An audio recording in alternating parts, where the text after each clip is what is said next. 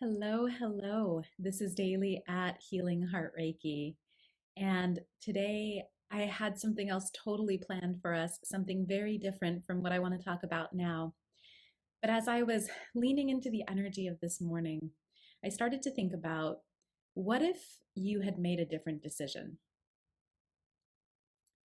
What if you had made a different decision? So often in our lives, we come upon points of transition where there's so much possibility for our whole lives to change. In every moment, we have the opportunity to create a whole new destiny, a whole new possibility. And possibly in the past, you've made decisions and you've looked back and said, gosh, I wish I'd done something different or said something different at that time. So this whole spiel of mine, like I started thinking about this morning because someone asked if I could go back and redo a portion of my life, what decisions would I make? Like who would I be instead? And as I looked back, I realized I didn't have a lot of regrets. And I think part of that is because of this really specific energy work piece that I do almost every year. And I want to kind of show it to you today. Um, but looking back and thinking back real hard, I had to like runt around. I thought, maybe one thing I would have done differently is that in college, I might have completed my double major and really focused in on art and spent more time doing art as a profession instead of being on the other side of the art field and being a registrar handling really expensive art. And as I thought about that this morning and all of the different aspects of what that life might have brought, I just like very quickly did this energy healing piece that you can do too. And what it is the integration of timelines. And when you do this integration of timelines, it brings in a lot of power from other aspects of who you are. So let me back up really quickly for a moment and kind of break down a little bit more what I'm talking about. So, as you know, I'm a priestess of Isis, the goddess, and she's from ancient Egypt. And in ancient Egyptian philosophy, there's this idea that we have multiple bodies or subtle bodies that create who we are. And we have a shadow body. And that shadow body, it's not quite the same thing that it is in Jungian psychology. The shadow body is actually this aspect of ourself that's really alive and really free on the astral plane. It's sort of all of the aspects of who we are that we may not fully give light to in our actual day to day living experience on this earth in this time. So, the shadow body is the body that's usually most activated when you dream, when you go to sleep and you have dreams. So, if you've ever noticed, like when you're sleeping, that sometimes you make decisions in the dream that are not the same decisions that you'd make with your waking mind, or you might be more irrational in dreams, or you might just have like a different thinking process and a different way of moving in your dreams. That's because you're actually in your dreams through this other body, this shadow body that's talked about in ancient Egyptian philosophy. And that it's not the same as your conscious ego waking mind, although all of these bodies live within us and are fully integrated into who we are, right? So work, and you can also dream with other bodies, just saying that on the side, but working into that shadow body, the more that you become strong in that body, you realize that beyond dreams, it's said in ancient Egypt that that shadow body actually can live whole lifetimes for you. So if you ever had a moment as a child and you said, I wish I could be an astronaut, then even from that moment in a parallel universe, there's a part of you from that point that starts to actually create the causes and become that astronaut in a dream realm or in an astral realm or in the non-physical world that you're living. I mean, you could become an astronaut here too, but we're assuming that maybe you said that and then you went on to pursue other things. So the thing about these shadow bodies and like the shadow, your shadow, and it living these parallel lives or living parallel timelines and doing all of these other things is that you as an average everyday person may not ever think about that aspect of your energy that has gone off and created that pathway. You may not ever process it. And in some ways, I wouldn't say you lose the power of it, but it's just a piece of you that you're not really tuned into. Like, remember, your spiritual energy, your spirit body is way bigger than your physical body. Your spiritual energy is way more dense and huge than your brain and your mind can handle. So, in any given moment, we're like a big, big sun of spiritual energy just stuffed into a little tiny pinky finger. And, like that's a lot of energy. So when pieces of us go off and or we lose soul energy or whatever it is we're doing, we often have still a lot more that we can call in to be stable. However, you can also call back these pieces of yourself intentionally. And this is fascinating because it's not quite like soul loss. Like sometimes you go through things and it's so intense, a piece of you just jumps out and runs away, and you're checked out in that piece, right? You're numb, you're stressed, you're traumatized. And that's soul loss.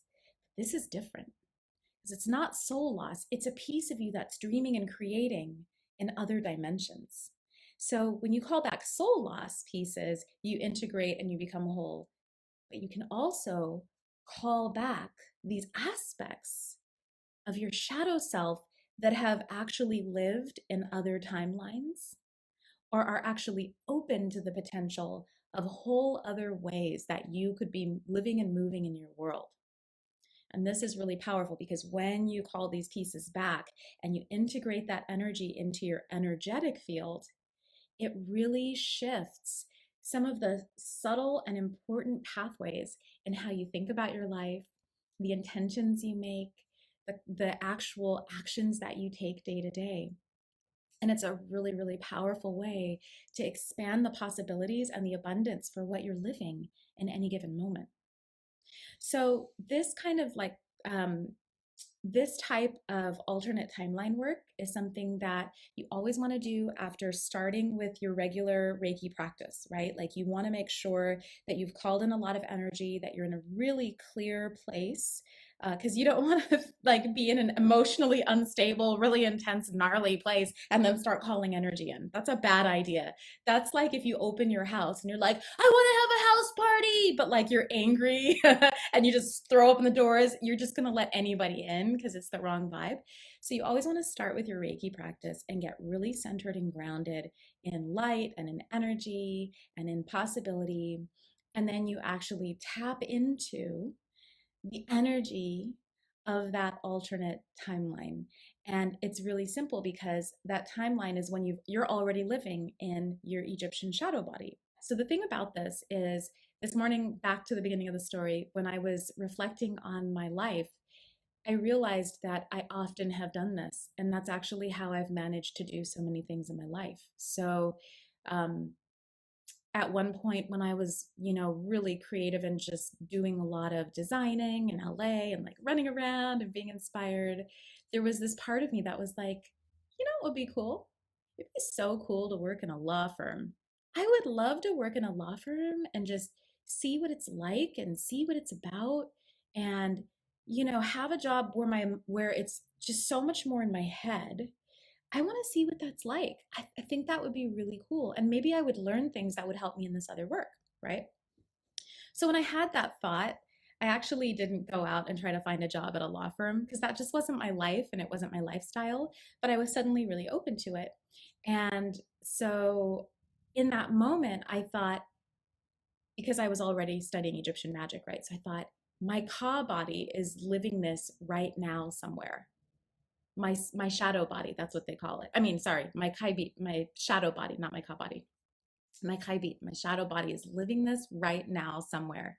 And I closed my eyes and I breathed in and I imagined this alternate dimension where a version of me was probably living fully ensconced in the world of the law firm. And then as I imagined that, I found the thread in my body of where that desire was living inside of me, like then in this life. And I followed that thread energetically into that life and I just touched it. I touched it and I invited that wisdom to come back to me. Like, what would the daily who worked in a law firm know about things, right? And is that important to me? How can I bring that energy into my life? And needless to say, this was actually a very powerful exercise. It took me like 7 minutes. You know, you can do like a longer, deeper type of thing. Like I've done this type of alternate dimension work and spent hours in ceremony, like really bringing in new potentials, or really doing a lot of healing around what I feel like I deserve, I'm allowed. But in this case, it was like 7 minutes. It was short. It was just me thinking and then me dropping in and me connecting and then me saying, I'm open to receive this energy and experience. Yeah, it's not my life. I'm never going to seek it, but if this is something that can serve me and expanding in this world, I'll take it. And so, needless to say, within like a year, I guess, of that time, yeah, like possibly less, maybe a little more, I don't know. Within about a year of that time, I received a job offer through a weird and bizarre set of circumstances that I can tell some other time. And I ended up working in a law firm. I ended up working in a law firm, first as a receptionist, then in office management, and then helping the paralegals process their pieces. And that really gave me this incredible opportunity to like see and understand the workings of one type of law firm, and a really good one too. So coming out of that experience, I thought, wow, I'm so lucky and so fortunate because nothing in my life would have put me into this direction. Everything up to that point was design and performance, and I didn't really have the track record to be able to even be in that space. And yet it just opened up. And I really see that as the power of integrating those alternate timelines. So when we have things that we've been through in the past, whether it's like a trauma or whether it's something exciting, like you just made a really exciting decision for your life, but maybe there was another path, the path not taken, right? The version of you that chose not to do that thing. Maybe you didn't go to college, or you decided to major in something different, or you chose to have babies, or you didn't choose to have babies, or I don't know what it is. The glance of somebody that you were kind of starting to fall in love with, but you turned away for a variety of important reasons. And sometimes, because of those types of experiences in our lives, we have regret, or we just feel like we might have missed out, or we just wonder, like, what would that version of me have been like? Just think for a moment about one thing in your life, one thing that you wish you'd made a different decision about. One thing. Just think about it, think about it, think about it. Because I think that you can start with that. You just have to have that desire so that you know what reality you're checking into, right? Like again, with ancient Egyptian work, you want to be really settled in your energy field when you do the work. And so we're just going to do a short version so you can get a sense of how it works, so you can do it, you know,